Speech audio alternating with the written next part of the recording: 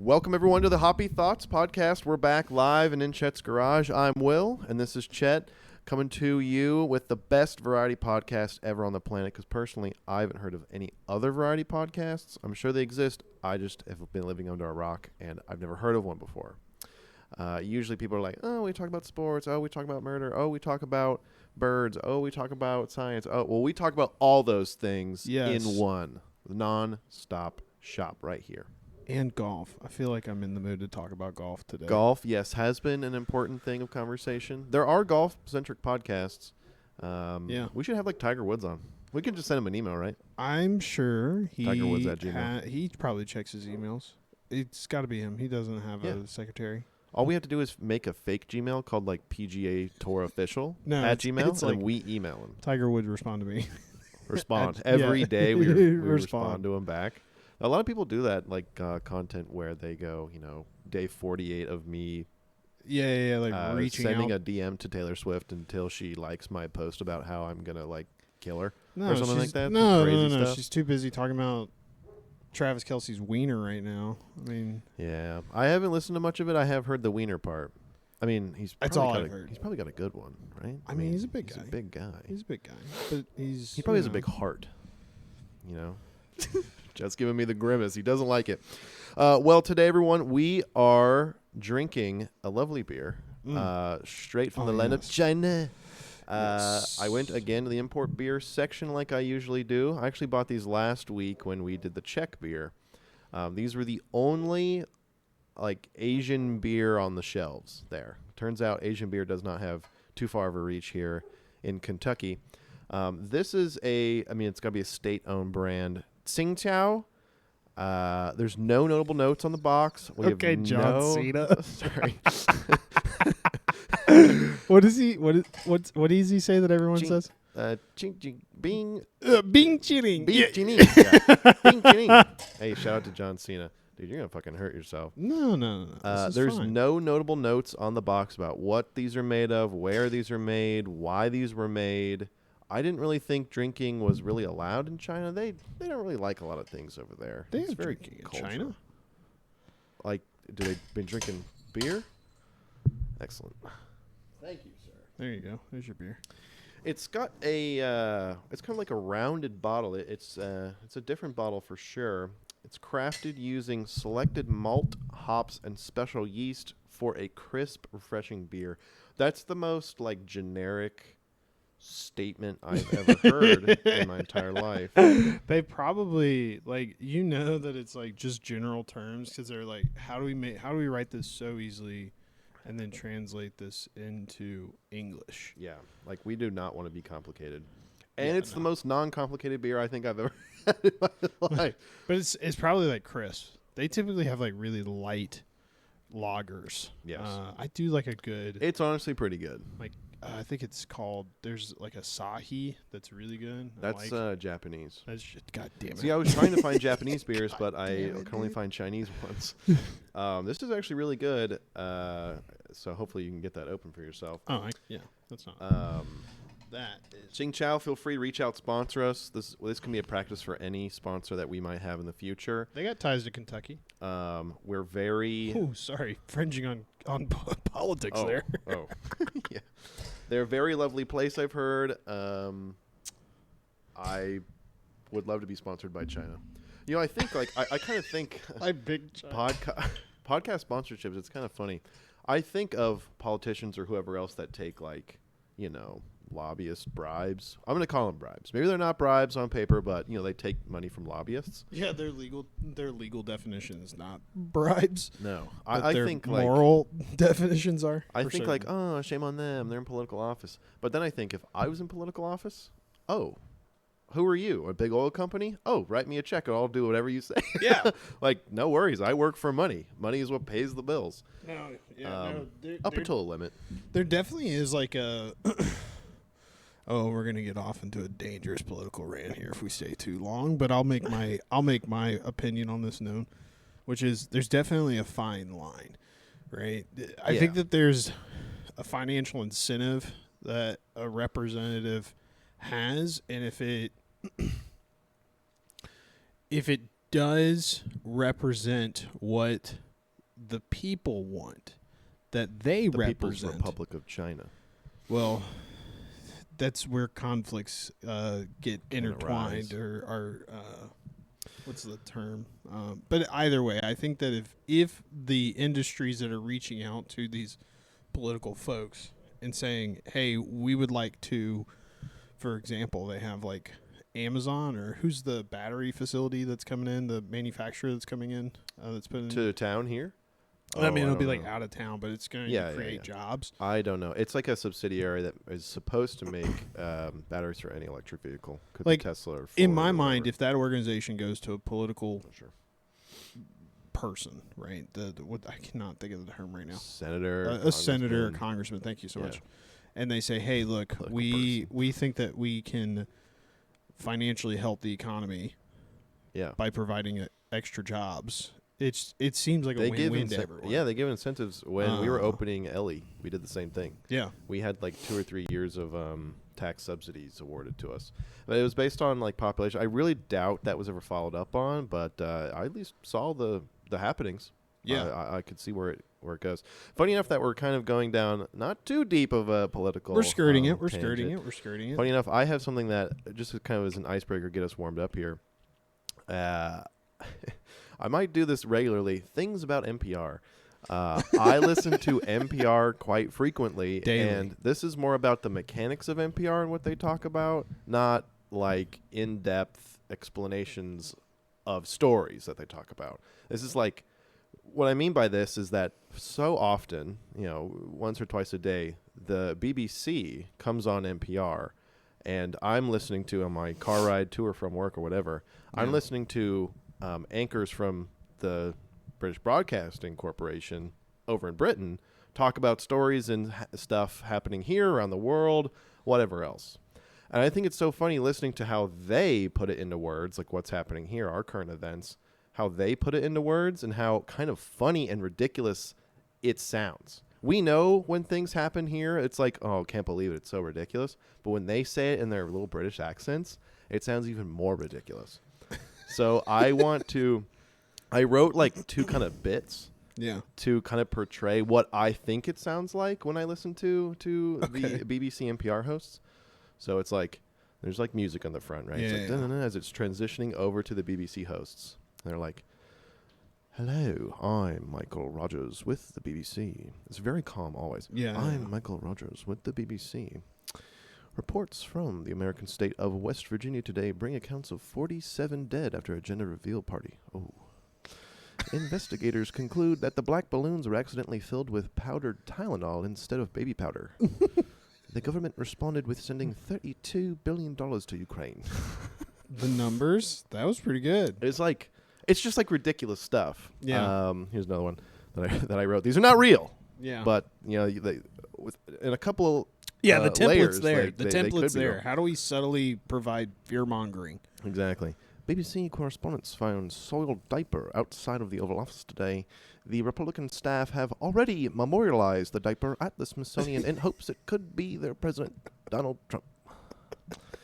Uganda has been experiencing a drought this past couple of days. Whatever else. I just think it's so ridiculous that, they're talking on our ridiculous things here happening in America. Yeah. And hearing it from their voices, it's just... Yeah, it just adds weird. an extra layer of like, why are you talking about this? It just like really puts it into like a story time. Like they're reading from a book of funny stories.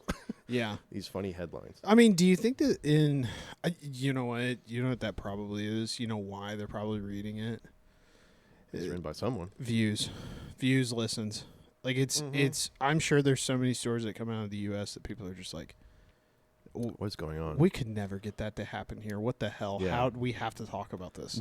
I think like literally every single story that could go internationally, Is like Florida Man. Like we collectively as a nation are a Florida Man story now. That is true. Florida Man does crack, eats the face of 48 people, drives car into a Chuck E. Cheese, wears the Chuck E. Cheese outfit, and then throws a big party. That is like, true. That's literally what's happening here. Are there any other countries that really have like Florida Man stories? I feel like it's always us. I feel like the up and coming country is Brazil. Do you see some of the clips and things that come out of Brazil? Yeah, Brazil does have some crazy stuff. Like the NFL just sent over. I say just sent. I think it was last year. So the gangs in Brazil wear like green flags. Okay, that's the flag of Brazil is green, and you cannot wear green colors in specific parts of town because it designates that you're a gang member. Oh, okay. And I would go. Normally, I'd be like, okay, well, like what Fox News like over exaggeration is this really? Yeah. You know, evidently the NFL sent down the Eagles and dude, of course I'm trying to tell the story and I cannot think of the other green team. Green Bay? Yes, actually, I think it was Green Bay, believe it or not. Both teams that wear green colors, they sent them down to this specific part of town in a stadium that is like designated gang territory to play each other. What? So the they NFL played in Brazil. They'll do like what foreign games. What the hell? So they do it where why would they do that? Just like exposure. Trying to like get people to Brazil. See NFL teams and see NFL as a sport so that they'll watch NFL. Imagine being a player on that team and be like, oh, next week we're traveling to Brazil to play in a gang-affiliated stadium with the colors of their gang just to like get in and out real quick to try to get Brazilian audience. I just don't know. Weird. You know what's really weird to me on that? The players where... How do you do your job on vacation? I don't know. I mean, they must have a gym there. That is their job. Gym, football, gym. Yeah, but eating, like, football, gym. When you go out of the country and you're like going out of the country for Brazil, a part of your mind has to just wander off into vacation land. Oh, sure. I'm sure they had like a rest day to go by the beach, whatever. But it's like, I don't know. Brazil kind of scares me. I don't know. I mean, I love Latin America. I don't know if Brazil's technically Latin America. It's a great place. But I just know that when they had the Olympics there, it was like you took a wrong turn, you're in danger zone. I don't know that they are considered Latin America. I don't know. I feel like if Venezuela or, Argentina.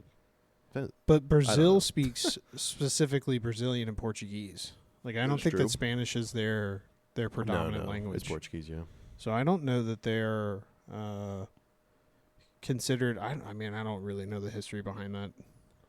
The Portuguese went over there, started, forcing their culture on the Brazilian natives, and I always think of like out pop them.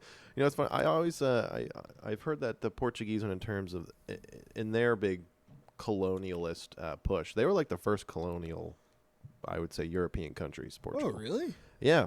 And it was like from a meme that I saw, is that Portugal spread their culture through marrying like the people of these cultures. Like, oh, leave a little bit of us behind, and let's just start having babies together. Yeah. Like they were more peaceful. I say that. I'm sure there was a lot of violence, but they were more peaceful. British and Spanish colonialism was like horrible. They would like just decimate the natives. Hey, we kind of want your house. Yes, it wasn't good in that sense. Well, I would like to move over to our official formal variety segment of the day. Last week we talked about Archaea. There's going to be a quiz at the end. Did you know? Did you take notes last time? I did think about it the other day. I said something and I was like, oh, it's something files. What are these? Like, like I remember thermophiles, halophiles. Yes. There will be a quiz, I promise. No, I was thinking about this the other day. I don't remember where I was at or what I was doing, but it did pop up in my mind. Well, that's nice. Yes. That's nice. I'm glad, the thermophiles out there in the world can take up less than 1% of your thought process. That's great. That's better than zero. That's true. Yeah. That's true. Today's segment, I'm going to aptly name the dark side of science. Dun, dun, dun. Whenever I talk about or form up one of these segments in the future, the whole point of the segment of this nature is to pinpoint certain people, individuals who really did have breakthrough scientific discoveries that changed the world forever, but it's a sentiment of that their discoveries fall into evil hands, basically immediately, you know. And I will give you an example. Do you know of the Nobel Peace Prizes? The Nobel Prizes. Yes. The Nobel Peace Prize is one of those prizes. Do you know of the other 4? No. So there is Maybe. a Nobel Prize for chemistry, literature, physical sciences, which could be anything from physics to like biology, things like the animal science can get one, and medicine. And then peace, the general idea of, as this guy wrote, Alfred Nobel, the founder of the Nobel Prizes, he wrote the general fraternity of humankind. That's peace. That's the Peace Prize. But you know about them, like people who discover important things, they get one. They hand out like once, one a year, more or less, right? One of each one a year. And sometimes the presidents get it for whatever reason, but most of them go to people who actually did a lot of work and effort, scientific discovery, whatever else. But do you know much about the Nobel Prizes founder, Alfred Nobel? Do you know anything about this guy? Because No. it didn't just come out of nowhere. Like a person decided that it this had was to gonna be happen. determined by. Well, maybe not even determined by, but at least named after. Okay. Well, let me talk to you about Alfred Nobel, the founder of the Nobel Prizes. This is essentially, like, the Nobel Prizes are really the only thing that anyone ever knows about the name Nobel. Yeah. But Alfred Nobel has a very interesting kind of rotten blood and destruction kind of history, which is the dark side of science, I think. Anyway, born in Stockholm, Sweden in 1833, he was born to an engineer and inventor, Emmanuel Nobel. The story of every great man starts with the story of his father. Emmanuel was married to an Henriette Nobel, and they had 8 children, but only 4 lived past early age. So out of 8, 4 lived, and Alfred Nobel was one of them. This family came, like, they were not well off at first. Even though Emmanuel, his father, was an inventor engineer, which to me, you got to have education. You got to go through a lot of different, you have to be, gifted, talented, lucky in the right spot to be educated like that. Yeah. They were not well off. They were, kind of a side story is that Alfred and one of his brothers, like, to get food on the table, they would sell matches on the street. So, like, this was a poor family in Sweden at the time. That's crazy to think that people are like, hey, let me just step outside. I'm going to buy some matches really fast for us. There was no, like, stores. That's crazy. There's just people on the street. Yeah, more or less. This is because Emmanuel Nobel, Alfred's father, was a largely failed inventor. So I guess you can be a failed inventor and still be called an inventor, but he was just trying different things, and he couldn't really sell his products that he was making, trying to invent. I mean, that's fair. Being an inventor means you're just inventing. Doesn't mean you're a successful businessman. Yeah, that is true. So now, I don't know exactly what he was inventing during this time or what was failing for his father, but after some time, Emmanuel moved by himself to St. Petersburg in Russia, leaving his family behind. Now, again, I don't know the context, if his wife and family, like, wanted that to happen, but he just picked up and moved to Russia. Huh. Back then, the European borders were all relatively open, I would imagine. Like, you can just move from country to country, relatively easily, I suppose. But yeah, he moves to Russia, and there he founded a small success after inventing the veneer lathe, which is a device to make modern plywood. Plywood was not a thing before Emmanuel Nobel invented the machine to make plywood. how is it? Wait, I'm so confused. How is plywood made then? It's like, I thought it was just thinly sliced wood. Exactly. And I then mean, they stack it. Yeah, it seems simple, but it didn't exist before 1840. I mean, I guess. I just always thought, like, you just cut it thinner Just, with like, your you saw. idiots. Like, yeah, like, I don't know. I mean, the plywood, the cheapest plywood you get at the store is like crushed. It's like pressure fused wood chips, yeah. right? The nicer plywood you can get is like, yes, as you say, that you could take a tree and take a knife to the bottom and you like roll it and it'll produce a very thin sheet. Yes, he invented that machine to do that. Okay. Which is pretty cool, I would say. And you know what? Maybe I'm saying like that doesn't make sense to me because it's possible that maybe that there wasn't a lathe for metal goods at this point. Yeah, I don't know. Right? They may not have even had the material strong enough to be able to cut through metal in such a precision manner. Yeah. Oh, definitely not. At most, they probably had like nippers, like scissors, like metal scissors. Yeah. I mean, this is right in the beginning of the Industrial Revolution. Which is kind of funny, like getting ahead of the Industrial Revolution by inventing plywood, like that's a pretty fucking good idea. Yeah, that's a huge good idea. That's huge. So he founds the machine to make plywood, Alfred Nobel's father, Emmanuel, in Russia. And he was able to grow some success, grow some wealth at that time. Emmanuel's family moves to Russia in 1842. Alfred is 9 at the time. So he grew up his first 9 years in absolute poverty. When they moved to Russia with his father, they were able to live in a bigger home. They were able to, all the children were able to get tutors to learn different languages and like study.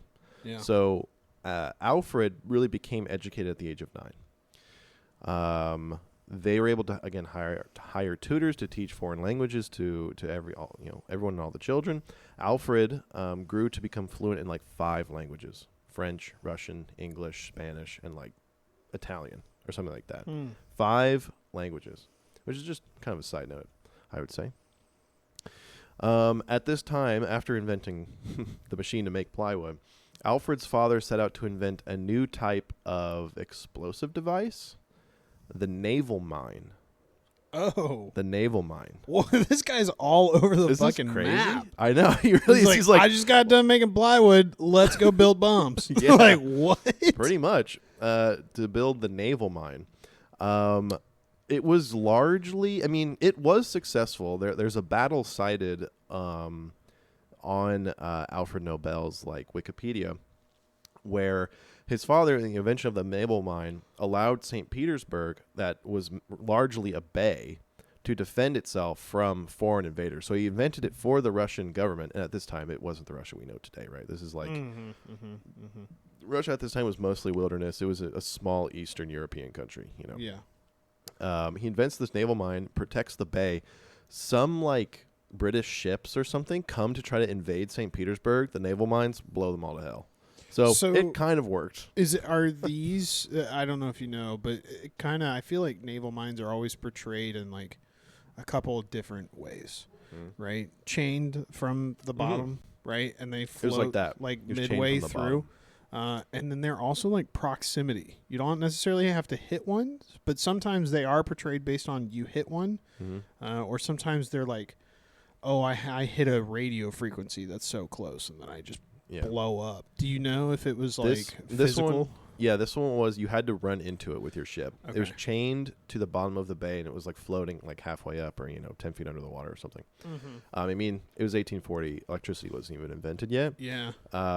It was based on like collision. Like if the mine detected some like lateral movement because something hit it, it would ignite a black powder charge and explode a barrel of black powder underneath the water. That's sick. And the battle allowed St. Petersburg to defend against like a naval fleet of like 50 ships. They tried to invade St. Petersburg during this time, and they got blown to hell from these mines. So you know what's really cool about that? That was sick. He invented it, sure. But he had to do a lot of testing on that. And I bet you there was just days where he was just like, blowing shit up in let's the go harbor. Blow shit up in the water, guys. Oh, like, 100%. Damn, this is going to suck. I have to go to work and blow up shit in the bay. And the government's like, we'll pay you for it. Like kind of.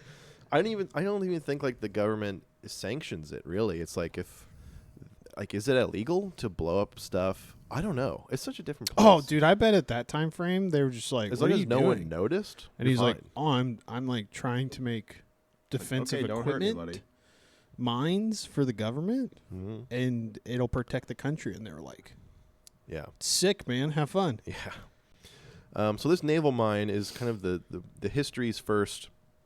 Alfred Nobel's Wikipedia's articles first mention of the word black powder. Black powder was a Chinese invention. Shout out to Xing Jiao. Chinese invention. Mostly for fireworks, right? But it was adapted not too short in this history timeline, like for rifles. But every gun used to kill anyone else used single shot black powder loaded rifles, right? Muzzle loaders, that type of thing. Mm-hmm. And black powder in the whole relative spectrum of explosives is a relatively slow burning explosive. Yeah. And it really only gives like enough boom at a high velocity when it's like compressed, yes. So black powder was really the world's only explosive, I would say. It's a powder that you mix together, right?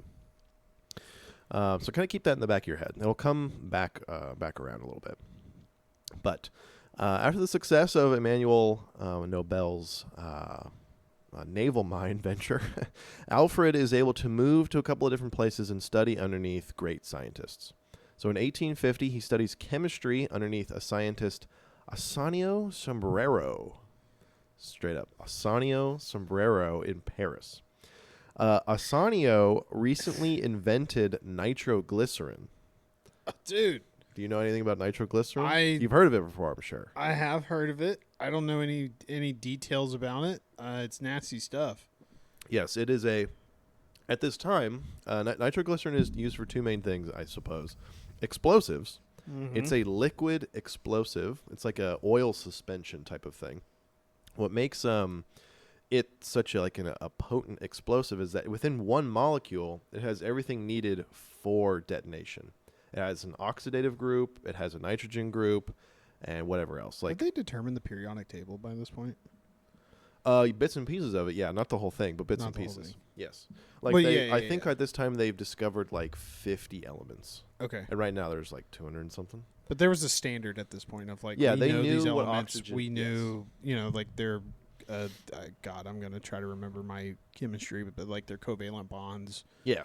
What's reactive and not reactive. They didn't have any molecular tools really. They didn't know how things were bonded together at all. They just knew that you mix this and that together, it makes this. Okay. And then they would taste it. They would light fire to it. They would mix it with other. It was try just to create alchemy. some sort of a reaction. Yes. Yeah. I don't know when alchemy became chemistry, but it was alchemy for a long fucking time. Just mix shit randomly, stir it together, see what happens. See what happens. Watch it. Close your eyes. Eat it, smell it.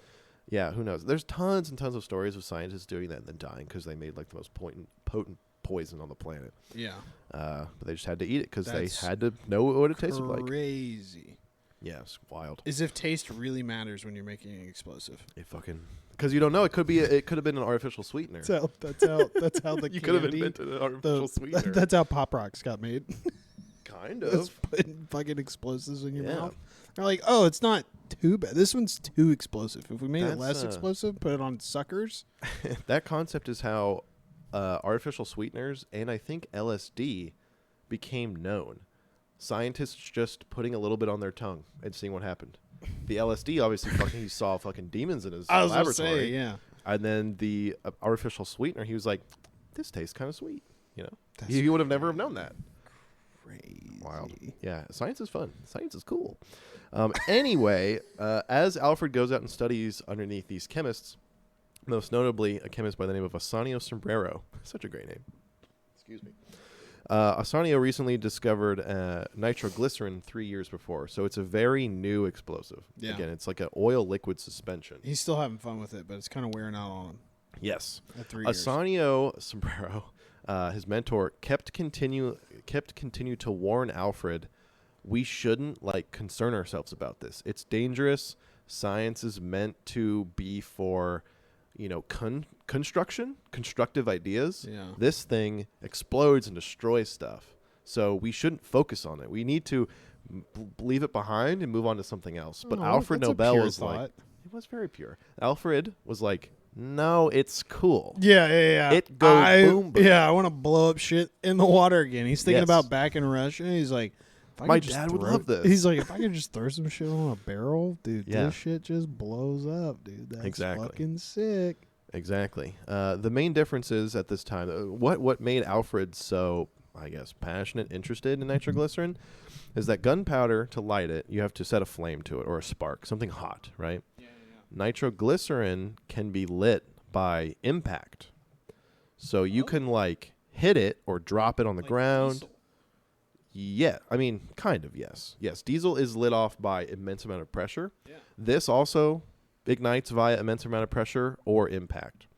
Because it's noted that because it's a like oil suspension, there are tiny like air bubbles in it, like hand sanitizer. You know, there's like air bubbles in hand sanitizer. Yeah.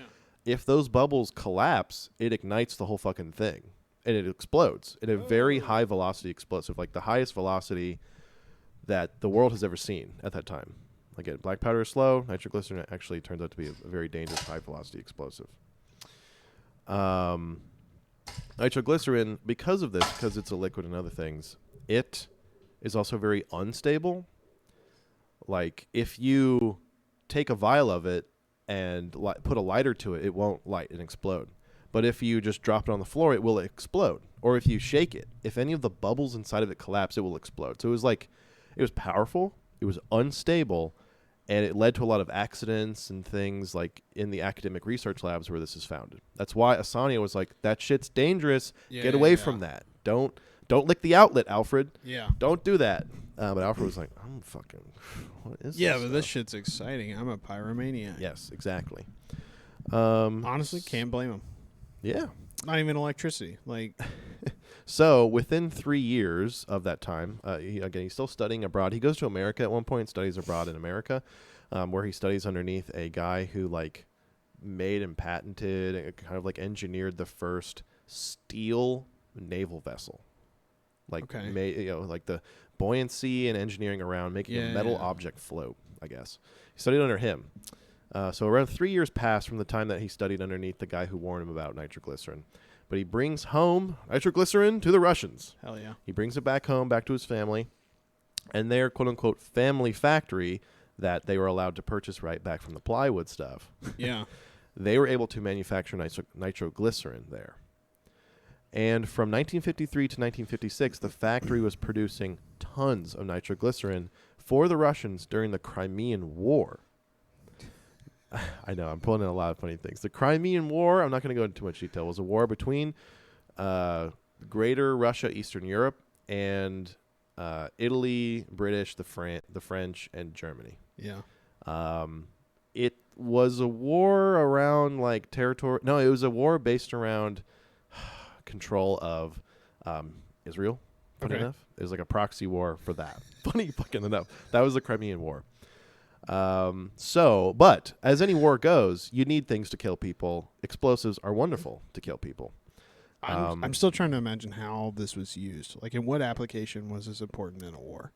I mean, they would just fucking put it in a bottle and just throw that to enemy lines, and it would just explode. Dude, hell They would put nails in the bottle, they would just throw it, and it would explode and kill a couple of people. Yeah. That's crazy. They adapted it to grenades, to, like, warheads, like, all of that. This is where nitroglycerin, this is the dark side, man. I was going to say, that's got to be like Greek fire.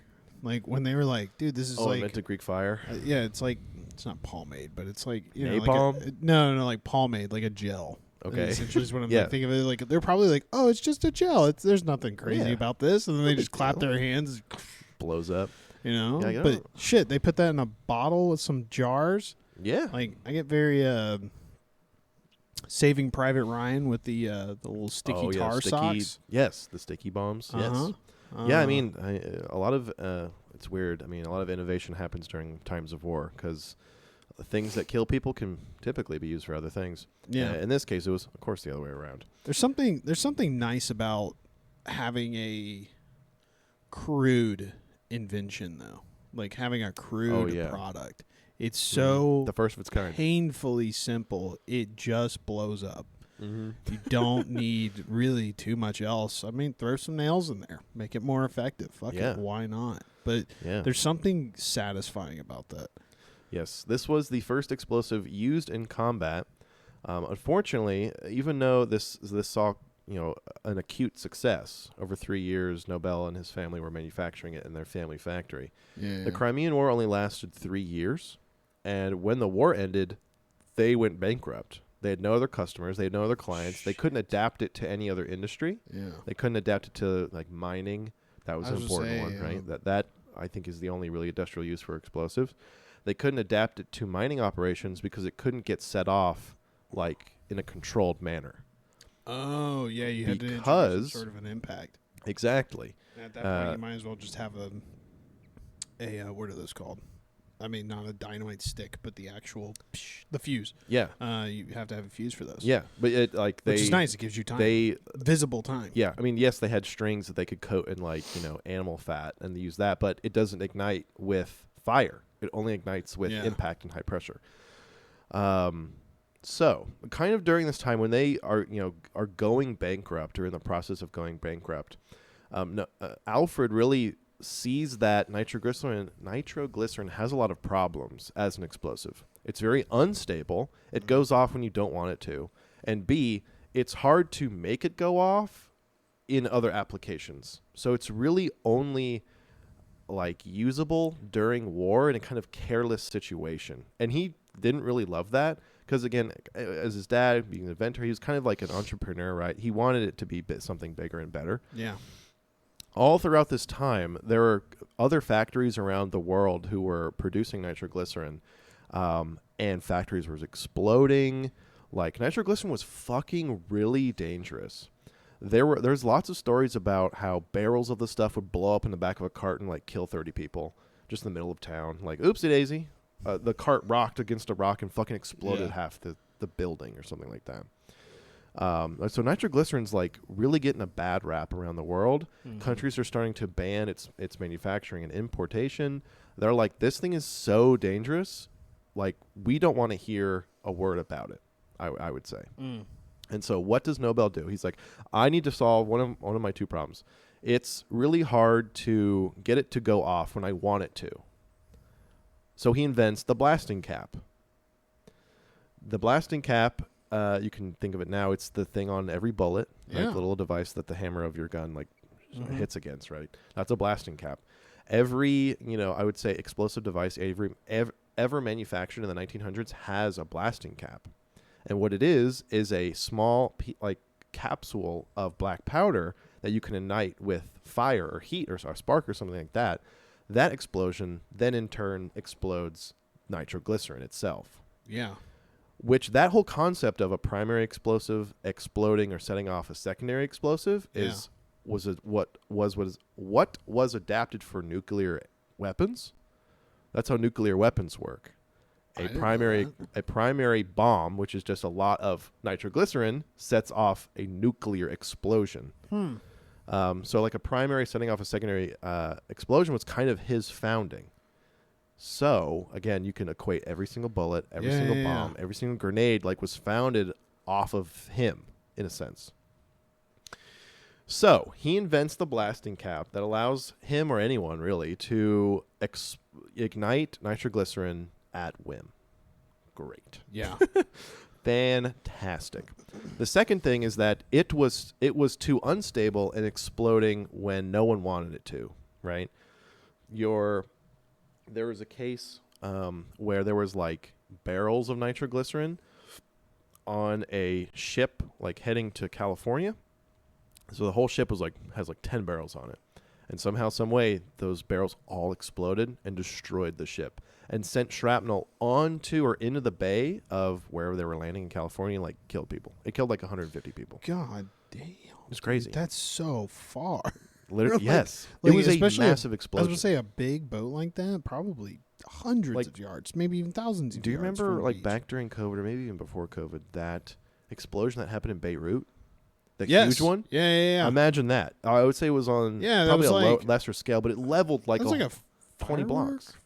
That was fertilizer stores. Fertilizer, yeah. Which is made of nitrogen, oxygen, all the same things that nitroglycerin are made for. What great videos that came out of that, though. Very sad. Insane. It was literally a nuclear crazy videos. Crazy videos. That what is that? They called the not the aftershock, but the where you can see the pressure. It's a pressure wave. Is that the pressure wave? Dude, that was crazy. It rocked buildings. It broke glass. Broke windows for 20 miles There's away. that very iconic video of that lady who's getting married. Yeah. Wow. Just crazy. she's taking photos or something like that, and you can just see the pressure wave just come through, and all the windows just shatter. fucking wild. It is a wild video. I cannot believe that. I saw one video of a guy like on a jet ski in the bay near that. And so he saw the explosion from a jet ski. He was probably in the safest place in the middle of the bay, like on a jet ski. But yeah, crazy angle, insane. But same thing. Shit like that was happening all the time with nitroglycerin. It was the only high velocity explosive at the time. That's kind of so. sick. If you heard of an explosion like that in your town, it was nitroglycerin. I know that's super fucked up, and it probably scarred the hell out of a lot of people. But that's kind of sick. Like everything scarred everyone back then. Dude. I feel like we're so undersensitized to those things. Like one of those explosions happened in the last 10 years and we're still hearing about it. We can talk about it and you go, oh my God, yeah, the videos, that was crazy. I feel like if that was happening like every 6 months, I'd be like, kind of want another one to happen. I just want to see it. You know, like after the third one, you're like, oh yeah, I've gotten used to it. Now I want to watch it, you know? I mean, every time these things would go off and like double-digit people would die every time or be injured, whatever else. Actually, you know, this hit close to home for Mr. Alfred Nobel. His one of his factories that his family owned was underneath the direct management of one of his brothers. Yeah, and they were producing nitroglycerin, and an explosion happened at the factory and killed one of his brothers. It killed like a couple of handymen, a laborer, and some other folks. It killed like 20 people, and his brother was one of them. I mean, we've talked about this metric before. You gotta how many people have to die to make a business? Eggs. Yeah, you gotta crack a couple of eggs to make a business work, man. Turns out it has to be the blood of. For Fred Smith, it was what, blood. 3 people? Two people? Two, yeah. That we know of. Could be. That we know of. Could be more. Could be more. Could be more. Who knows? If he's in nitroglycerin, maybe it was more. Just saying. Exactly. So Alfred understands his problem, and he knows that he's going bankrupt. Like, no one's buying the stuff that he was making, right? You think, like, oh, why don't you just make, like, perfume or something, like, good for this world? Lame. No, he's like, no, fuck this. Yeah. Explosions are fucking Wait, awesome. you want to smell good? I want to look good. Yeah. You know what looks better than cologne? An explosion behind me. That's a great commercial. Uh-huh. Yeah, 100% if they had commercials. So he spends a lot of his time, which is funny, like, the invention I'm about to get to, like, is simple, really, on paper, but it takes him a long time to think through, because he was mixing nitroglycerin with a whole bunch of stuff to make it more stable. Very alchemy. Just, like, mix it with random stuff, test it, if it's better or worse, whatever else, right? It takes him, like, 10 years to get to a point where he has stabilized nitroglycerin to make it safer. Okay. And what he's done to do this is that there's a special type of sand only found on one part of the earth, made of microscopic calcified organisms. They're like baby corals, you know? Okay. And underneath the microscope, they kind of look like UFOs, or they're kind of long, but they're kind of like hollow structures, because they're like. So it's probably coral that has just been like beaten down and then has become a sediment because of the water. Yes. And now it's in granules like sand. Yes. I would say like these microorganisms may have been like before coral, but their skeletons have been around on beaches, whatever else, like for thousands, millions, maybe even billions of years. So he just kind of randomly, luckily, kind of discovers that if he mixes that special type of sand made out of these ancient organism skeletons, it's so crazy. The nitroglycerin kind of like absorbs into them, and all of the dangerous air bubbles that would set off, like, kind of go away. So probably the way that he thought about that, he's like, I know that I need to get rid of these air bubbles. The air bubbles are the problem. Yeah, you can't shake it. You can't like agitate it. So he's saying, what can I fill it with that will make it more stable? And he's just like, fuck it, dude. I got some sand. Very porous try it. sand. Yeah, that makes perfect sense. This, I should name drop it. He called this sand Kieselgor. Kieselgor. I think I think he literally invented that word, Kieselgor. Kieselgor. So when you mix nitroglycerin with this sandy material, it turns into like a kind of sludge, like a wet sand doy. Yeah. You can pack that into tubes, bottles, whatever, and then you can put on top of it a blasting cap, which he discovered, founded, sometime before, and light that off.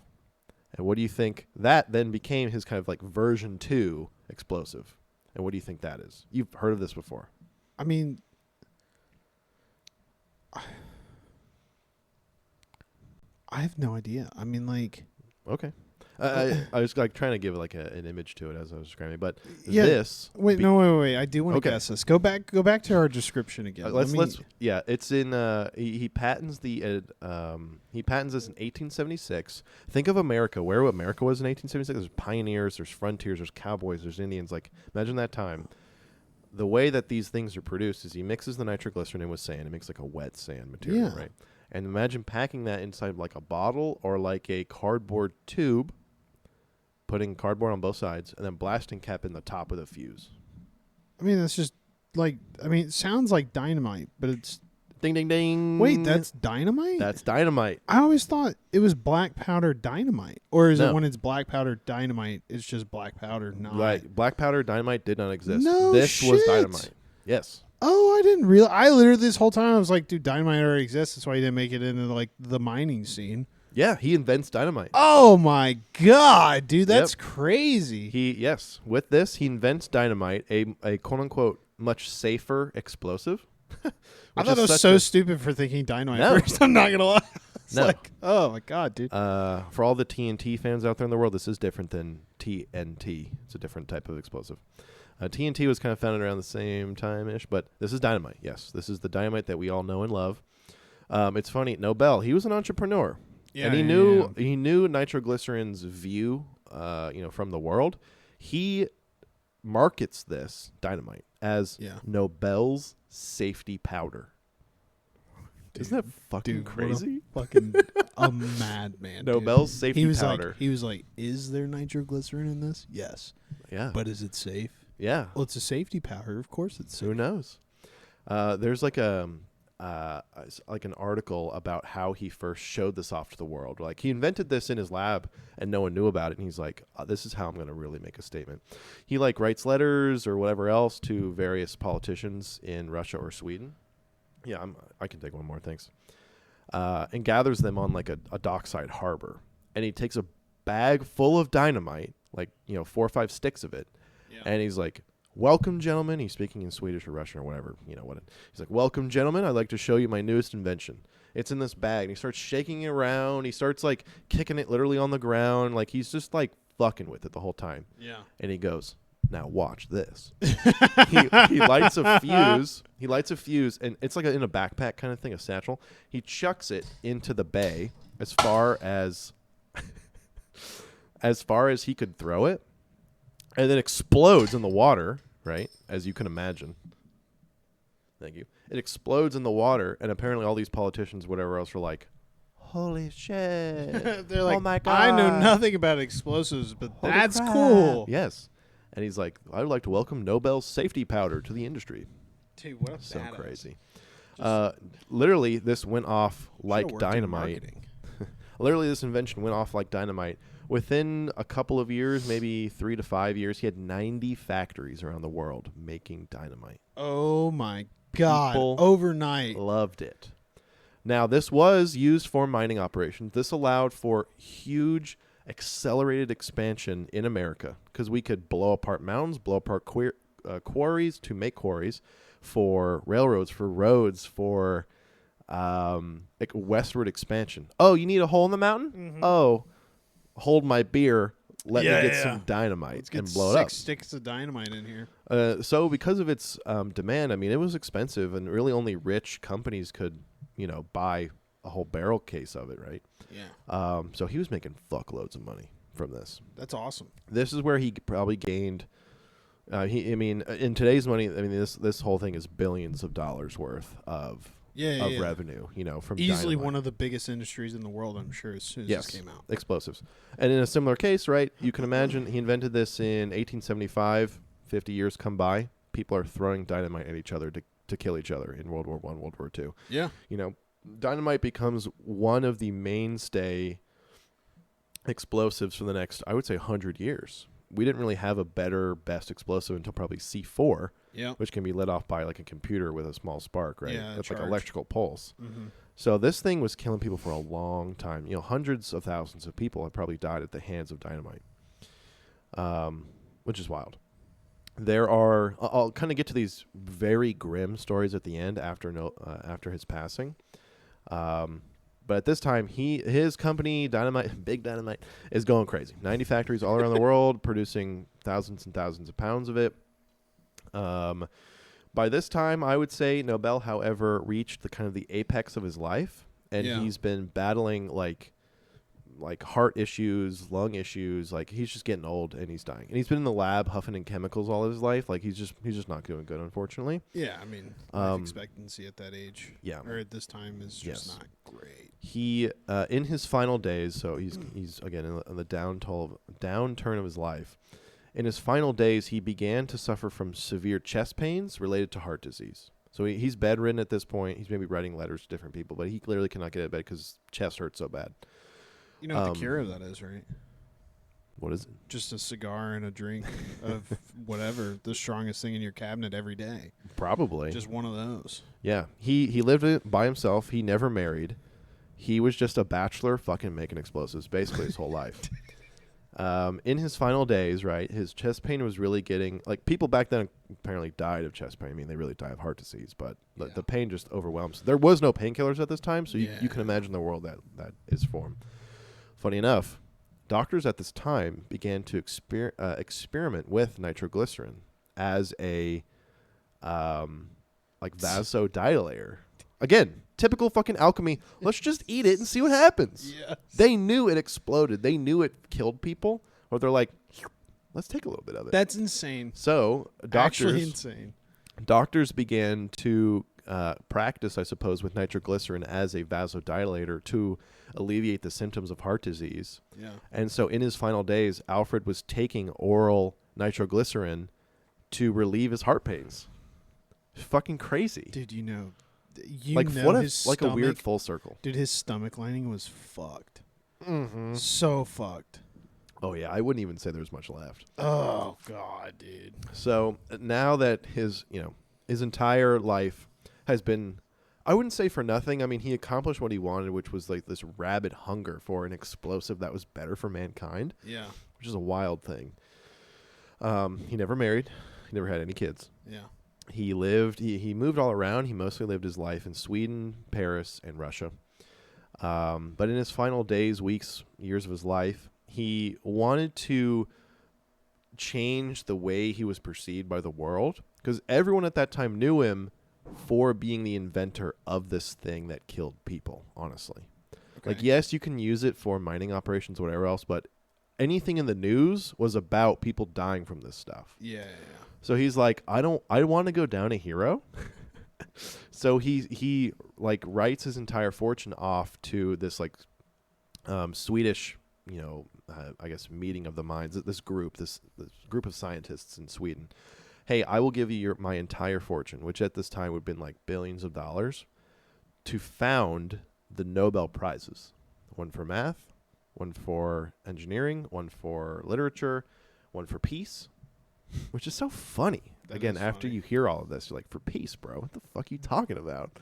You invented something that killed hundreds of thousands of people. He absolutely preyed on the mind of some academics right there. Mm-hmm. He was like, I'll give you all the money I have. You don't have to run a business. You just have to tell other people and reward other people for being smart. Yep. And like that group of Swedish scientists, they're still the ones, like their foundation. They're still the ones that choose the Nobel Prize winners every year. And there's really no objective like, oh, you have to meet this amount of what or this or that. You have to publish this. They just do it to whoever they want to, really. Yeah, they pick. Yeah, they just totally pick. Nobel's life ends in 1896 at the age of 63. So still, I guess, relatively young. Yeah, no, hey. Dynamite. So fast forward a little bit past his death. Dynamite still is the forefront of every. If you're in the world of explosives, you're talking about dynamite. There really is no other alternative. Yeah. However, this is dynamite is used in 2 of the world's first terrorist attacks. The first one was it wasn't one singular terrorist attack, but throughout the early 1900s, a group of communist anarchists who were living in America wanted to change America for the better, whatever else. Yeah. So they would just ride around streets of New York, Boston, Philadelphia with just sticks of dynamite. They'd light it, throw it into a local business, and kill 10 people. I forget what they're called, but that went on for like 4 or 5 years. And the president at the time, which That's I think crazy. was, I'm not going to get it wrong, but the president at the time addressed it as one of the nation's leading problems at that time. Like not hunger, not energy. It was these guys riding around throwing dynamite into small businesses. It was really traumatic. So like, I mean, maybe that's what we talk about next time. But that seems like these group of guys. It's like they just hop from town to town and do that shit, and like they just travel around. If you had a horse, imagine like I get on the back. I have a backpack full of dynamite. Yeah, we drive by a place that we don't like or affiliated with some group we don't like. I light a stick. I throw it in their window. This is why the why not? The FBI came out with Nibers. Shout out Nibers. Yep. Shout out software development. National You can't just Bureau shout. Record System. Oh, It's okay, I can't remember what the I stands for. Information. Yes, National Information Bureau of Record System, I want to say. But essentially, up until this point, before Nipers came out, all of police records and all of court records were held local. Like isolated in the town. Like and they literally were on paper isolated binders. in the town, the city, the county, and nobody was talking to each other. This is how like serial killers were really prominent. They didn't actually kind of fix this until the 90s is when it came out. And so, of course, when the internet was really, really getting super prominent, you could connect to people. Exactly. Yeah. And so, there was a bunch of different organizations that started realizing, oh, shit, we have patterns all over the place. Yeah. But that's what blows my mind about this is that, well, it blows my mind. But, yeah, I mean, the only way that this would have been able to reach other cities is it is so prominent. It's happening so much that the president is having to say this is a big problem because nobody's talking to each other. Nobody knows from city to city that it's happening unless I say something. Like it was like the whatever it's Morse code. Yes. Well, they use Morse code, but I don't know what the telegraph. God, we are so ill-informed about literally everything. I mean, imagine like my town just exploded. Run to the. No, that's not. No. That's the fucking That's thing. the TV not, thing. It's God. I think it's the telegraph. It isn't the telegraph. Yeah. Yeah. I mean, that was their best form of communication. Yeah. That was a really good impersonation of them. It's the little touchdown. Yeah. Played a lot of Battlefield. I've been recommended some weird YouTube rabbit holes of like guys trying to teach the greater world how to keep doing that. They're like 60 and they're like, this knowledge is important. Were they like fire tower guys? No, there's fucking old guys in their basement. There's just old dudes in their basement. Yeah. And actually, it was kind of interesting. There's like, you shouldn't think of it as like dots on a page or lines on a page. You just think of it like music. He's like, that's like how he taught himself to do it. It's just be a musician, dude. Dynamite, fucking big thing. It's kind of a funny thing. Another notable story about dynamite. Sometime in the early 1900s, there was a real fucking sick person. I don't know his name. You think I would have these things prepared? This really fucking sick guy. He was like the superintendent or principal of this school. Sick as in like he was fucked sick, up. No, no, okay. He just had his head was screwed on backwards. So not Matthew McConaughey sick. Like, no, we're talking like the guy who shot up like a movie theater type of sick. Okay. Yeah, not a good thing. Okay. We don't like him. Yeah. He was like a superintendent or vice principal of some school. I don't know. There's a story about he over some period of time, 6 months or something, he buys dynamite and like puts it under the floorboards of the school over some period, right? Oh shit! And one day, like on some day, everyone wakes up, goes to school. It's 9:30 in the morning. He just blows up the entire building and himself. Holy fuck! It kills like 300 children. How do they even figure out like 20 staff members? Because he wrote like a manifesto. Oh, okay. He was a sicko. He was fucked up. Yeah. He was totally fucked up. He blew up an entire school and killed like a bunch of children. I hate Mondays. Yeah. And I didn't catch that reference. Never mind. Garfield? No. Oh, I mean, Garfield doesn't like Mondays. No. No, there's a lady who like she lived across the street from a school. Yeah. And she shot like a bunch of kids from the window of her house. Oh, and yes. and when she was arrested, and they were like, "Why did you do it?" She was like, "I hate Mondays." Shot like 18 kids, like, picking them off as they're coming out of the bus. What a jerk! Dude, they're like, "Why do you do this? What is wrong with you?" She goes, "I hate Mondays." What a meanie! No, literally, I think that if I remember right, somebody wrote a song about that. Well, I know. I mean, there's a lot of songs about like school shootings and things. Yeah, but this song is about this woman who. I hate Mondays. I mean, she didn't sound like that. She was younger. That's think fine. She was like in her 20s, but in my mind, she has like a witch's voice. Yeah, I mean, she sounds like an evil person. I mean, that's what I make my wife sound like when she's talking to me. True.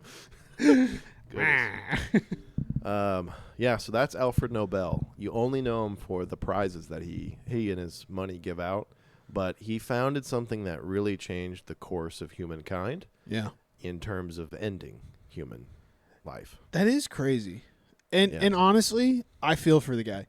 I don't think that it's fair that he got the rap that he did. It's not his fault that other people were fucked up and were like, yeah, we're going to throw bombs at each other. Not his you know, problem. They took advantage of what the product was, and he recognized that just because it's not a safe product all the way around, it has positive advancements to civilizations. For us, specifically the U.S., just being able to lay waste to territories to then provide infrastructure. Yeah, I think that's there's something nice about him going, you know what, I saw, even though I know that everyone else saw this as a negative thing because of the publicity that it got, I saw a positive out of it, and I chose to pursue that. And now I'm going to use the rest of my money to make sure I look like I'm a good person.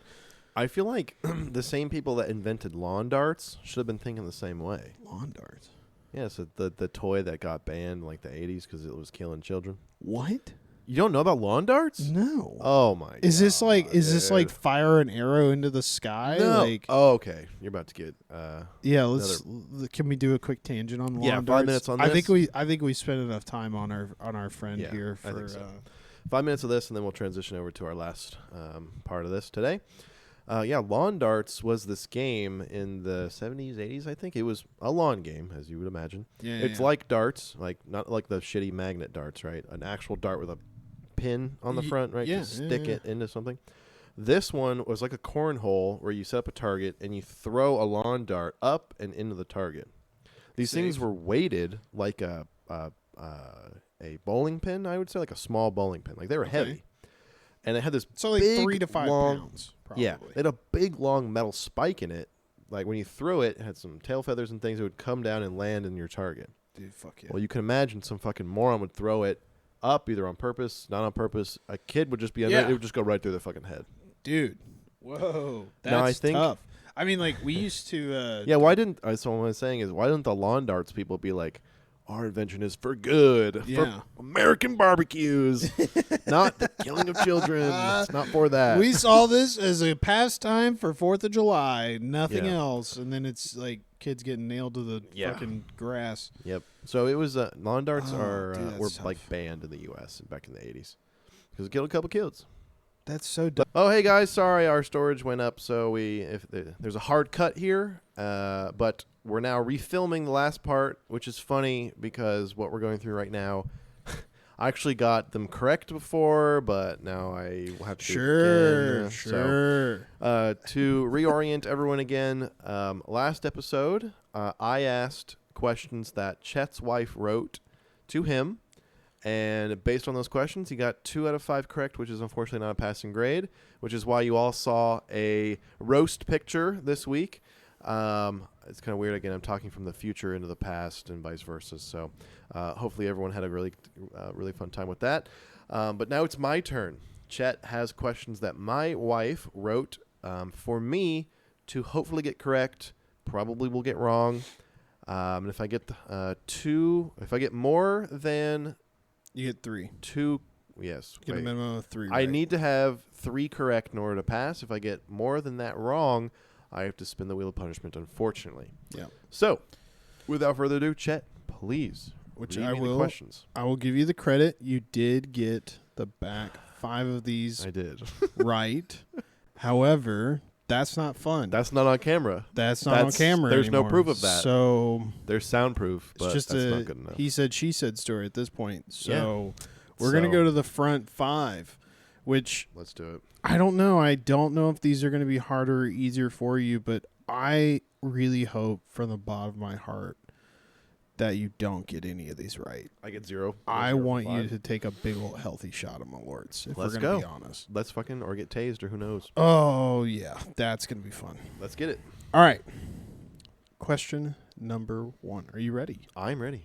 That's not Yes. question I've number studied. 1, but are you ready? You studied? I've studied. Studied the I've, ancient like, scrolls, Yes. the ribcage scrolls, I've read the stars, the smoke signals. the stars, where the dreams start Yeah. in the bedroom, really mellow you out. All right, man. Let's hear it. All right. Question number 1. What were the names of my... Oh, excuse me. I'm speaking as if I am Shelby here. Yeah. Right. Yeah. What were the names of my 2 childhood dogs? Okay, I know this one. Mm. There's one named Lego. She was a kind of too happy for life black lab, fat apparently. They fed her a lot of Built lot like a of brick. treats. Built like Yes. a Lego. And the other one's name was Rags.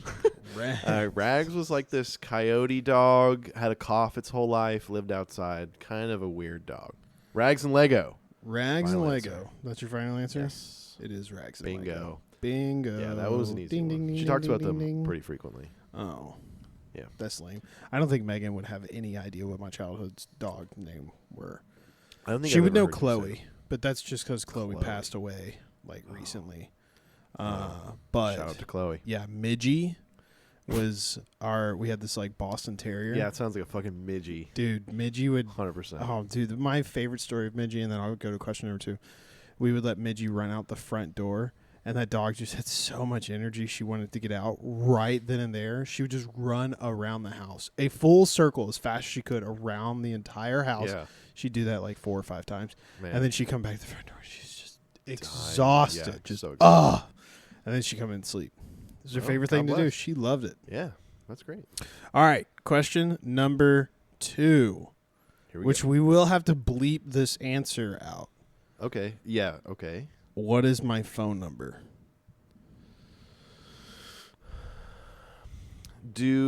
Okay. Just 3 numbers. Okay, good job. And then it ends in. Okay. I think. Or. I think start to finish, it's.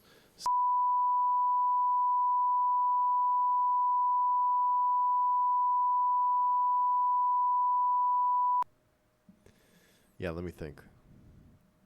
Tell me when it's your final I'm in answer. trouble. I gotta have like the pressure. I'm in trouble. I'm in the fucking woods. There's a dead body. I need. I thought help. when you said you were in trouble, you were like, I'm in trouble with Shelby. No. No, I'm in trouble. She's mad. I'm in a store. It's Meyer.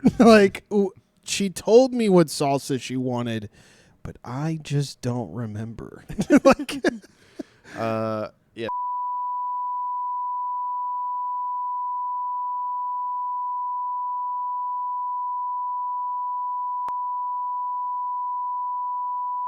Is incorrect.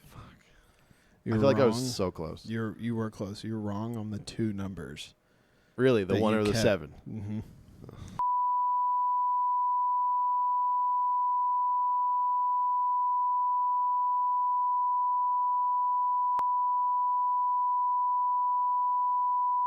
It backwards. Devastating. I will have to bleep that out. I gotta really remember to do that. Yeah. That's okay. So yeah, we'll just anytime God bless. we're over here cursing, we're like, and it's fuck you. Yeah. 1 for 1. All right. Yes. 1-1. Question number 3. She wants me to give you a hint, but I don't remember Megan giving me any hints. She did not give you any hints. So I ain't giving you shit. Don't. Yeah, that's not fair. What month and day did Shelby adopt Ollie? What? Month and day? Yep. Oh my god. The hint really does give it away, which is why I'm not giving you I shit. think it's month and day, I'm gonna get this totally wrong. I mean, the odds that I'm getting it right is so low. I feel like it's November. And then I feel like it was like before Thanksgiving. I think it was the fall. I have no clue. I have no idea at all. I mean, gun to my head, I wouldn't know when I adopted Tars, my dog. We came up with a birthday for him because he was, adopted. I'm going to go with like November 12th. It is not November 12th. Oh, man. So it's January 6th.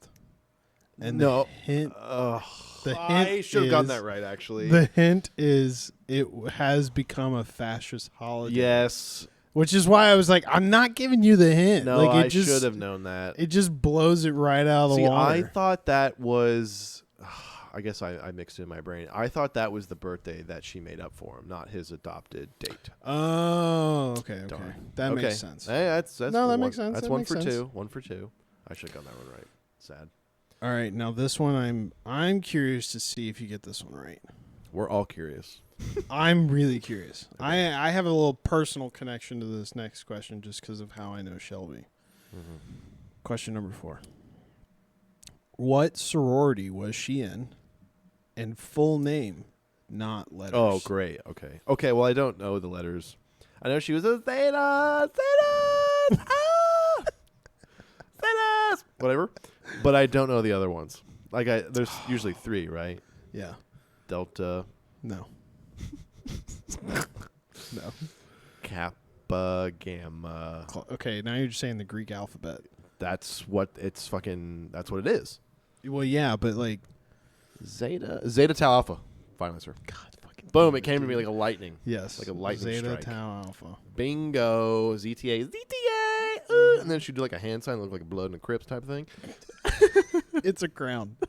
Crown. Okay. Yeah, they do crowns over each other's heads. Crown. Like how kids do with the little turkey hands. Oh, okay. They do like that. Or So you're some shit equating like her sorority to like a first grade like art project? I didn't say that. I just said that's what other people say about that's it. how I always heard it was talked about. Okay. I'm 2 for 2 again, coming into the final That sweat. is This 2 for 2. This is how it happened last time. I'm actually kind of pissed because once again, Shelby, I think, has given the most easy one out of the lineup, which really pisses me off. She's given you easier questions than what Megan gave me. I can kind of agree. I mean, I wouldn't know both of her grandfather's names.